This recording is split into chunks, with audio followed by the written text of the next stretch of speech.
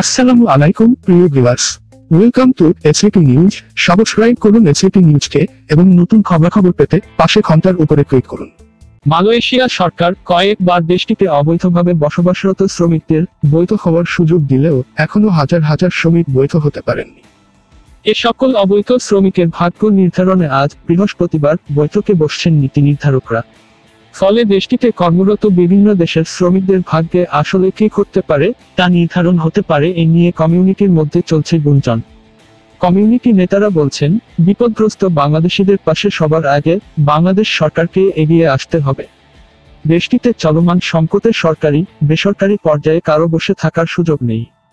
এছাড়া গ্রেফতার হওয়া বাংলাদেশিদের মুক্তি এবং কাগজপত্রহীন সকল বাংলাদেশের সহজ শর্তে বৈধ করে নেয়ার আহ্বান জানিয়েছেন কমিউনিটি নেতারা।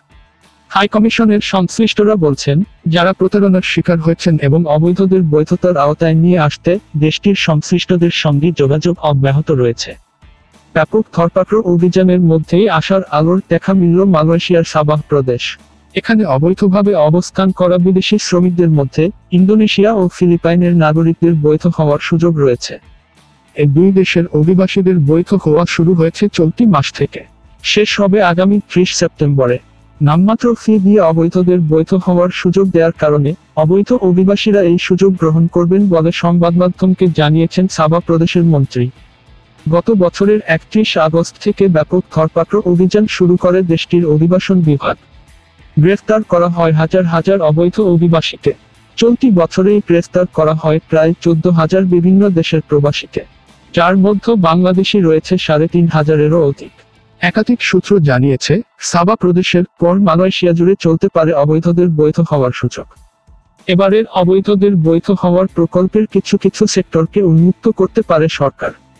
সূত্রটি জানিয়েছে, যারা গতবার বৈধ হওয়ার জন্য ফিঙ্গারপ্রিন্ট এবং প্রতারণার শিকার হয়েছিল তাদের জন্য খোলা হতে পারে বৈধতার সুযোগ।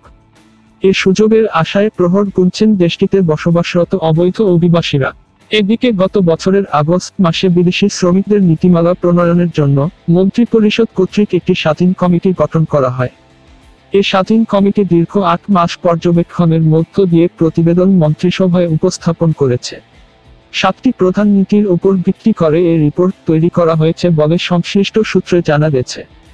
সূত্র জানায়, জাতীয় নীতি, নিয়োগ নীতি, কর্মসংস্থান নীতি, প্রত্যাবর্তন নীতি, অনথিভুক্ত শ্রমিকদের নিয়মিতকরণ, স্থায়ী ও উদ্বাস্তু এবং ন্যায়বিচার তা আরও গতিশীল করার লক্ষ্যে আজ বৈঠক হবে বলে একটি নির্ভরযোগ্য সূত্রে জানা গেছে। ভিডিও দেখার জন্য ধন্যবাদ। আসসালামু আলাইকুম প্রিয় দর্শক।